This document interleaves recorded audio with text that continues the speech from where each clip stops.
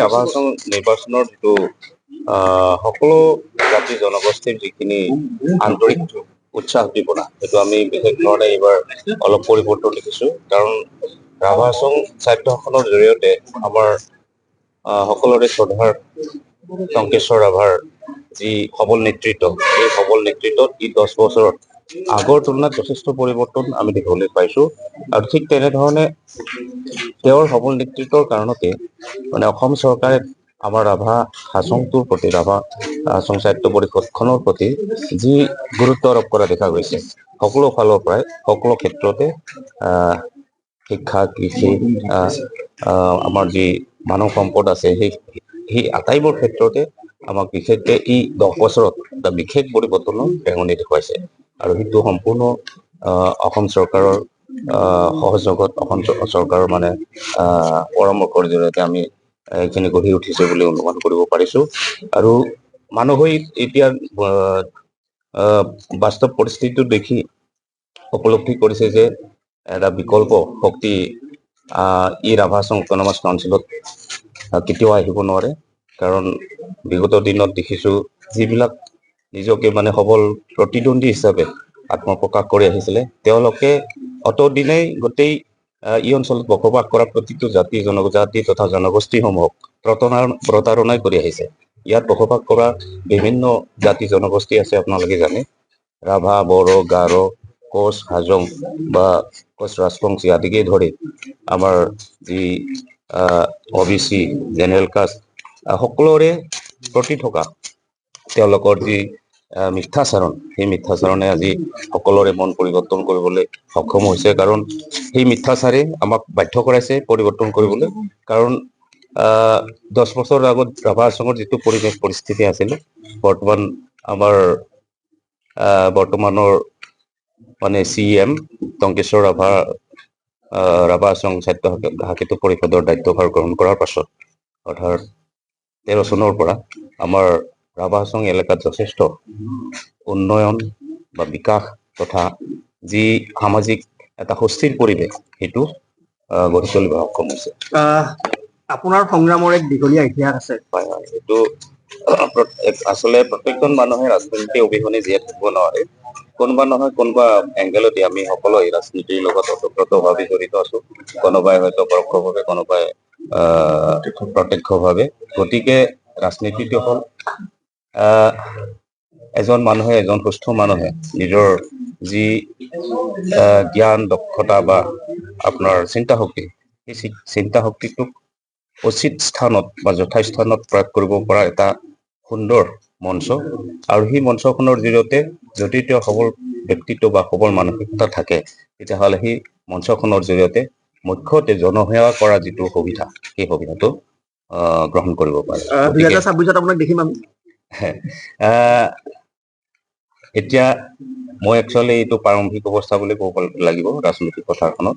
কাৰণ আপোনালোক জানে যে মই সদীৰ্ঘ 32 বছৰে সশস্ত্ৰ জাতীয় মুক্তি সংগ্ৰামখনৰ লগত জড়িত আছিলো। গতিকে মই বিশ্বৰত মূল হোটেলি ঘূৰি আহিছো। এতিয়া মোৰ 5 বছৰ ৰানিং হৈ আছে। আৰু এইখিনি সময়ত মোৰ যিখিনি অভিজ্ঞতা হ'ল ৰাজনৈতিক পথাৰখনত, সেই অভিজ্ঞতাৰ ফালৰ পৰা ময়ো নিজকে প্ৰস্তুত কৰিছো যে নিজৰ জাতি বা নিজৰ দেশখনৰ কাৰণে কিবা এটা ভাল পৰিৱৰ্তন আনিবৰ কাৰণে বা ভাল কাম কৰিবৰ কাৰণে এখন সবল মঞ্চ লাগে। আৰু সেই মঞ্চখনে বা উপযুক্ত মঞ্চ লাগে। সেই মঞ্চখন নিশ্চয়কৈ ৰাজনৈতিক মঞ্চ বুলি আমি সকলোৱে জানো। গতিকে ৰাজনৈতিক মঞ্চখনৰ জৰিয়তে আহি থকা দিনবিলাকত মোৰ দেশ আৰু জাতিটোক সেৱা কৰাৰ এটা প্ৰবল ইচ্ছা আছে। 2026ত দুধনৈত আপুনি বিজেপিৰ প্ৰাৰ্থী। এইটো আপোনালোকে নিশ্চয় জানে যে প্ৰাৰ্থী হিচাপে নিজক প্ৰতিষ্ঠিত কৰিব লগা হ'লে প্ৰাৰ্থীজনৰ জ্ঞান দক্ষতাৰ উপৰিও আমাৰ দলৰ যি ঊৰ্ধ্বতম বিষয়ববীয়া বা নেতৃত্বত থকা ব্যক্তি, তেওঁলোকৰ আশীৰ্বাদ নিশ্চয় লাগিব। আৰু সেইফালৰ পৰা যদি চাওঁ, তেওঁ বৰ্তমানলৈকে আমাৰ তদানীন্তন ভাৰতীয় জনতা পাৰ্টিৰ যিখন চৰকাৰ, অসমৰ চৰকাৰ, আৰু সেই চৰকাৰখনত থকা যিখিনি ব্যক্তি, তেওঁলোক সঁচাকে আমাৰ কাৰণে আদৰ্শস্বৰূপ। কাৰণ আমি যেতিয়াই বিভিন্ন সময়ত হতাশাগ্ৰস্তভাৱে বিভিন্ন স্থানত বিভিন্ন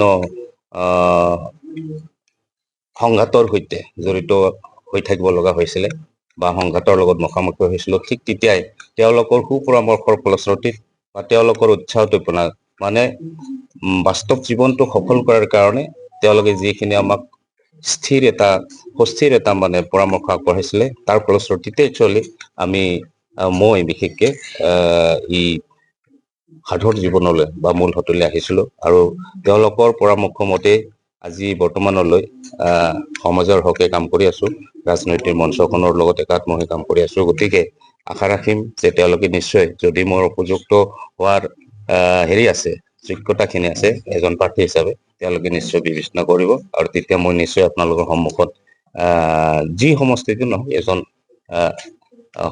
মানে ৰাইজৰ প্ৰাৰ্থী হিচাপে প্ৰতিষ্ঠিত কৰিবলৈ সক্ষম হ'ম। যদিও আপুনি 26ত নিৰ্বাচন বেছি মাহ নাই, যোগদান নিশ্চয় কৰিম আৰু বিজেপিতে কৰিব? হয়, বিজেপিতে কৰিম।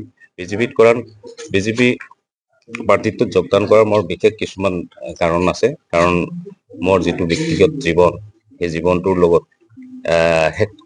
শেষান্তৰত এটা খুব তাৎপৰ্যপূৰ্ণ বিশেষত্ব আছে। কাৰণ মই যেতিয়া যোগদান কৰিব মানে বেছি দিন নাই আৰু এইটো 26ত নিৰ্বাচন যিহেতু আপুনি প্ৰচাৰ চলাব লাগিব, সমষ্টিত সোমাব লাগিব, কাম কাজ আপুনি কৰি আছে, আমি গম পাওঁ যে আপুনি যোগদান কৰিব বাকী আছে, কিন্তু তৃণমূল পৰ্যায়ত গৈ আপুনি নিজৰ কামখিনি কৰি আছে, নিৰ্বাচন খেলিব পাৰে যিখিনি কাম কৰিব। কিন্তু আছে আমাৰ শ্ৰদ্ধাৰ টংকেশ্বৰ ৰাভাদেও এই ক্ষেত্ৰত তেওঁৰ পৰা মই যথেষ্ট পৰামৰ্শ আগৰ পৰা পাইছো। তেওঁ নিশ্চয় সহায় কৰিব। তেওঁ এজন অভিজ্ঞ ৰাজনৈতিক ব্যক্তি হিচাপে আমাক তেওঁৰ বা মোৰ ব্যক্তিগত ক্ষেত্ৰত তেওঁৰ পৰামৰ্শ লাগিব আৰু ঠিক তেনেকে খুব কম দিনৰ ভিতৰত হয়তো ডিচিশ্যন ল'ম।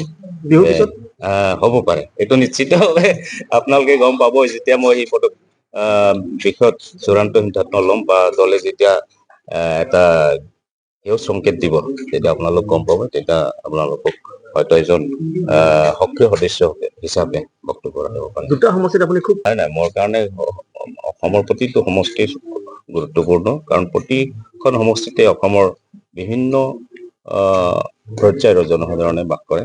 জনস্বাৰ্থত যিহেতু প্ৰাৰ্থীবিলাকে কাম কৰিবলগীয়া হয়, প্ৰতিখন সমষ্টিত থকা জনসাধাৰণে এজন ৰাজনৈতিক ব্যক্তি হিচাপে বা এজন ৰাজনৈতিক লিডাৰৰ বা নেতাৰ গুৰুত্বপূৰ্ণ বিষয় হয়। ইচ্ছা কোনটো সমষ্টি? জেনেৰেলি নিজৰ যি লোকেল সমষ্টি থাকে, সেইখনৰ পৰা উঠাটো সকলোৰে ইচ্ছা থাকে। দুধনৈটো মোৰ মানে নিজৰ সমষ্টি, গতিকে অভিয়াছলি দুধনৈ সমষ্টিৰ পৰা প্ৰাৰ্থিত্ব বিচৰাটো মোৰ বিচাৰিম। তো এইখিনি।